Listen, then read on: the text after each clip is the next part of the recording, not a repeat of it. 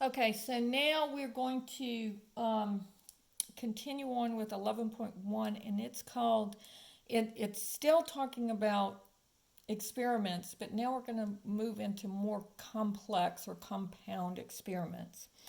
So let's say instead of tossing one coin, I were to toss two coins.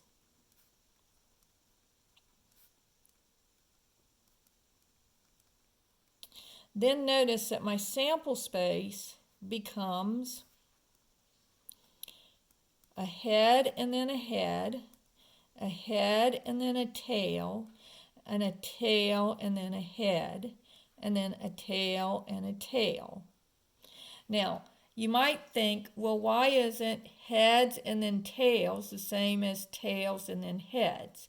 Well, if I'm flipping two coins separately, let's say one is a penny and one is a nickel, then getting a head on the penny and a tail on the nickel will be different than getting a tail on the penny and a head on the nickel.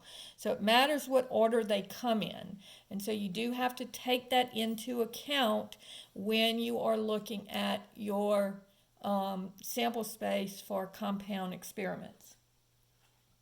All right, so if I said for this probability, what would be the probability? So notice I'm doing the first coin and then the second coin, and then the first coin and then the second coin, the first coin and then the second, the first and then the second. So if I said, what is the probability of getting two heads? All right, well, what's the probability of getting two heads? Well, how many ways do I get what I want? There's only one outcome in this sample space where I get heads twice. And then how many elements are in the sample space altogether? 4. So there's a 1 out of 4 chance of getting two heads. All right? Now, you have to be careful how they ask the question, because if it says, what's the probability of getting a head and then a tail, like that, head, tail, well, how many of them are head, tail in that order? Just 1. So this would also be 1 out of 4.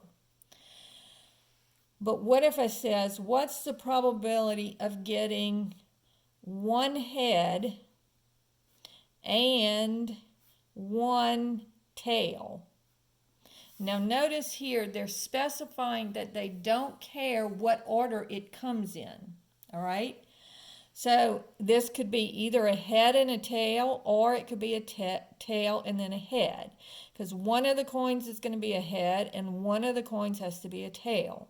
So this would be, there are 2 possibilities of getting the coins different.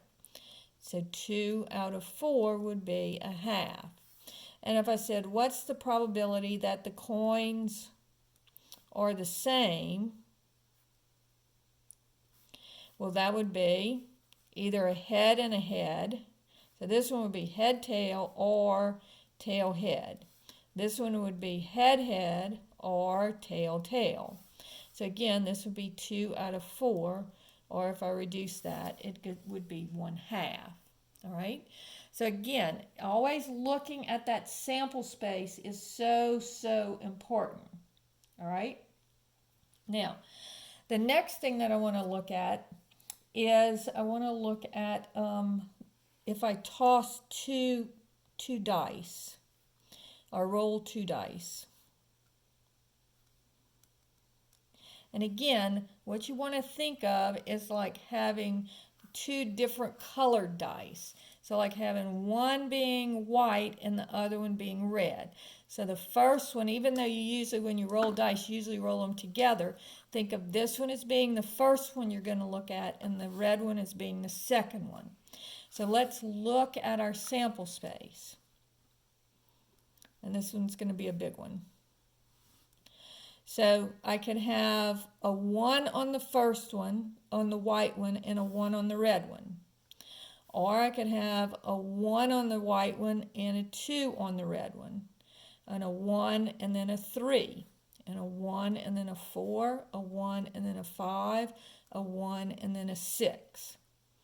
Then I could have a 2 on the first one on the white die and a 1 on the red die. A 2 on both of them, a 2 on the white one, and a 3 on the red one. So notice that just like heads and then tails is different from tails and then heads, a 2 on the white one and a 1 on the red one is different than a 1 on the white one and a 2. Even though they add up to be the same thing and they look very similar, they are different. Okay, so this would be 2, 4, 2, 5, 2, 6, then 3, 1, 3, 2, 3, 3, 3, 4, 3, 5, 3, 6, then 4, 1, 4, 2, 4, 3, 4, 4, 4, 5, 4, 6, 5, 1, 5, 2, 5, 3, 5, 4, 5, 5, and 5, 6, and then finally 6, 1, 6, 2, 6, 3, 6, 4, 6, 5, 6, 6. So here's my sample space. And notice it's 6 times. So there are actually 36 elements in my sample space. And you can count them if you want to, but there are 36 in there. So the types of probabilities that I could ask here would be, what would be the probability of getting a 1 and then a 2? Okay? So there's only one way of getting a 1 and then a 2 out of 36. So it would be a 1 out of 36 chance of getting a 1 and then a 2. All right? What would be the probability that the two dice are the same? All right? Well, let's think about it. Which ones have the same numbers? The 1 and the 1, the 2 and the 2, that's 2 of them. The 3 and the 3, that's 3 of them. The 4 and the 4, 4 of them. The 5 and the 5, 5 of them. And then the 6 and the 6, so that would be 6 of them. So that would be 6 out of 36. All right? So that would be 1 out of 6. Now, let's think about what would be the probability that they are different. Now we're going to go ahead and count them this time, and then we're going to think about it and see what the answer is without having to go through all of this. All right, so if they're different, so it would be, these would not count. 1, 2, 3, 4, 5, 6, these would not count. 7, 8, 9, 10, 11, 12, not those. 13, 14, 15, 16, 17, 18, not those. 20, 21, 22, 23, 24, 25, 26, 27, 28, 29, 30. Yeah, I miscounted. 1, 2, 3, 4, 5, 6, 7, 8, 9, 10, 11, 12, 13, 14, 15, 16, 17, 18, 19, 20, 21, 22, 23, 24, 25, 26, 27, 28, 29, 30. So this would be 30 out of 36, which would be 5 out of 6. Now, think about it. If you have 36 items in this chart, all right, and 6 of them are the same as each other, then how many of them would be different from each other? Well, if there's 36 of them and 6 of them are the same, then won't it always be that 30 of them will be different? Because you have 36 altogether. So if you add them up, the ones that are the same and the ones that are different, then they would be the whole sample space. Okay? So what this means is, and this brings up a little formula. It says the probability of not getting event A, so A not, would be equal to 1 minus the probability of getting event A happening. All right? So for example, if I said, what's the probability that the numbers will add up to be 3? So the sum of the dice is 3. All right? Now let's see, which ways can I get 3? And this is 2, this is 3. Then all these would be too big. And then this is 2. This is a second way. So this way and this way would add up to be 3. But then this is all too big, and then these are all too big. So there's only 2 ways of getting a sum on the dice of 3. So that would be 2 out of 36. So what would be the probability of not getting a sum of 3? Well, that would be 34 out of 36. Because remember, there are 36 items in the sample space. If 2 of them add up to be 3, then how many of them would not add up to be 3? 34 of them. Or if I use this little formula, the probability of not getting a sum of 3 on the dice would be equal to 1 minus the probability of getting the sum of 3 on the dice. So here I need to make my denominators the same so that I can subtract these. So multiply numerator and denominator by 36. So I get 36 out of 36 minus 2 out of 36 would give me 34 out of 36. So notice that it doesn't matter whether you use the formula or if you just think about it, you're going to get 34 out of 36. Now, if you reduce this, notice that this would be 1 out of 18, and this would, if I divide them both by 2, it would be 17 out of 18. So notice these 2 probabilities are always going to add up to be 1, okay? So those are the kinds of questions that you could ask on the rolling of the dice. Okay, now let's talk about, and I'm going to get a new piece of paper on this one because this one's going to get a little bit more complicated. Because here, let's talk about the jar. And we're going to do more of this in the next section. But let's say that I am pulling 2 marbles out of the jar. Now, there's 2 ways that I can do this. I can do this with replacement, and we'll talk about that. And I can do this without replacement. Okay? So first, let's talk about with replacement. So let's say that I have 3 blue marbles and 5 red marbles. And so I have a total of 8 marbles. Okay? Now, what would be the probability of pulling a blue, then putting it back in and getting another blue? Well, first of all, what would be the probability of getting a blue in the first place? Well, that would be 3 out of 8, right? Because you have 3 ways of getting a blue out of 8 ways altogether of doing it. All right? Then, if I put the marble back in, when I do it again, I would have, what would be the probability of getting the blue again? Still, it would be 3 out of 8. And so the probability of getting a blue, and you multiply these. And so it's going to be 3 times 3 is 9, and 8 times 8 is 64. So you get a 9 out of 64 chance of getting a blue and then a blue. If I said, what's the probability of getting a blue and then a red? Well, that would be 3 out of 8. Because you'd have 3 marbles that you would pick. You're trying to pick the blue.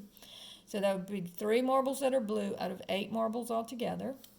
And then times, now I'm trying to pick a red.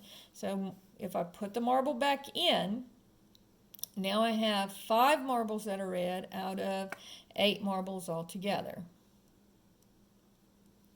And so that would be 15 out of 64.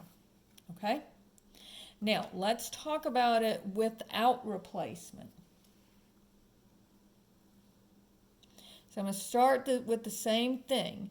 3 blues and 5 reds. Okay? So you have 8 marbles altogether. Now, if I say, what's the probability of getting a blue and then a blue? Well, I pulled the blue first. So there's a 3 out of 8 chance. But then I don't put the blue marble back. And so now I have 2 blue marbles, and I only have 7 marbles altogether because I've already picked the blue one. So now what's the probability of getting another blue one? Now I have two blue marbles still in there out of a total of 7 marbles altogether. And so this would be 6. Well, actually, I could reduce this. Well, let's not reduce it now. We'll reduce it afterwards. So this would be 6 out of 56, which would be, if I divide both of these by 2, it would be 3 out of 28. Okay? And so that would be the probability of getting a blue and a blue without replacement. Now let's look at the probability of getting a blue and then a red. All right? So again, I start off, let's forget the 7 and the 2. I start off with 3 blue marbles, 5 red marbles, and 8 marbles altogether. So the probability of getting a blue marble on my first pick is going to be 3 out of 8.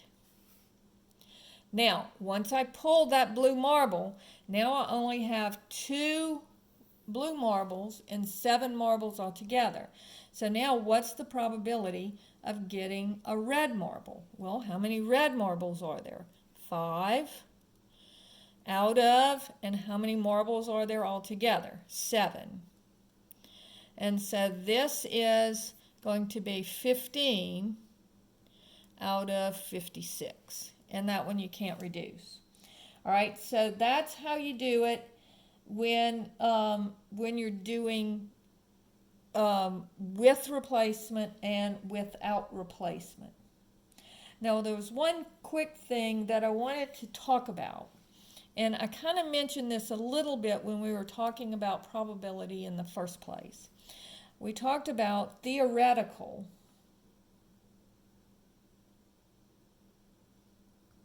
probability. And theoretical probability is what should occur, and it's what will occur for the most part if you expand, like if you're flipping coins. If you only flip a coin 100 times, the chances of getting 50 heads and 50 tails are pretty slim. But the more you do it, the more likely you will have the outcome of half of them being heads and half of them being tails. So theoretically, it's a 50-50 shot, okay? Half of them would be heads, half of them would be tails. But if you did it experimentally,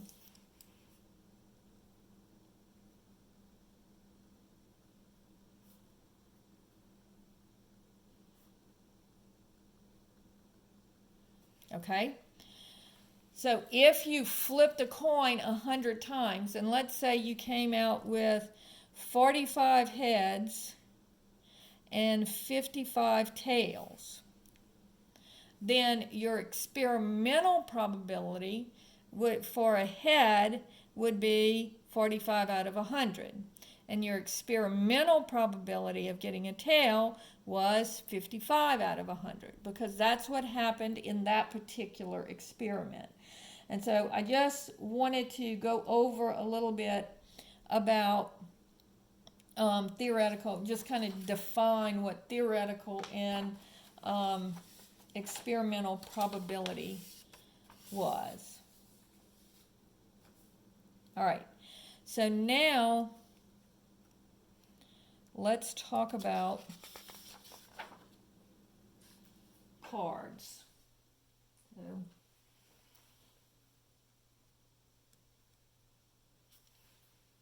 okay. Now, if I said, what is the probability of picking a queen? Okay. Now, the probability of picking a queen, there are 4 queens in 52, and I'm going to leave it like that for right now. I'm not going to reduce it because we're going to be doing stuff with these numbers. So we've already looked at the probability of getting a queen would be 4 out of 52, because there are 4 queens in a deck of 52 cards. Then if I said, what's the probability of getting a diamond? Okay, well, there are 13 diamonds in the deck, and you can go back and look at our numbers if you need to. But there are 13 diamonds out of 52 cards. So, if I said, what's the probability of getting a queen or a diamond? And the way that you say this in math is queen union diamond. Okay, or means union. All right, so what's the probability of getting a queen or a diamond? Now, if we go back and look at our data, you would see that the probability of getting either a queen or a diamond, there would be 13 diamonds total, and then there would be 3 other queens. And so it wouldn't be add the 4 plus the 13, it actually gives you 16 out of 52 that are either queens or diamonds.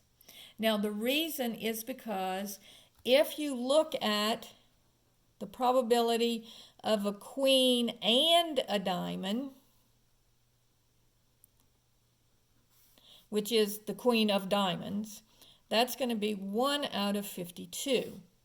And so you've added this one twice if you just add these, because it is a queen and it is a diamond. Now the easiest way to show this is a Venn diagram. Okay? I have, if I look at diamonds here, and I look at queens here, all right, I would have 3 queens that are not diamonds, and I'd have 1 that is the queen of diamonds. And then I would have 12 diamonds that's not the queen of diamonds, and 1 that is the queen of diamonds. And so notice that when I add them all up, I would get 12 plus 1 plus 3, all right? And so that would give me 16 over 52. So the probability of a queen or a diamond would be 16 out of 52, all right? Now, so the way that we look at this Venn diagram is the probability of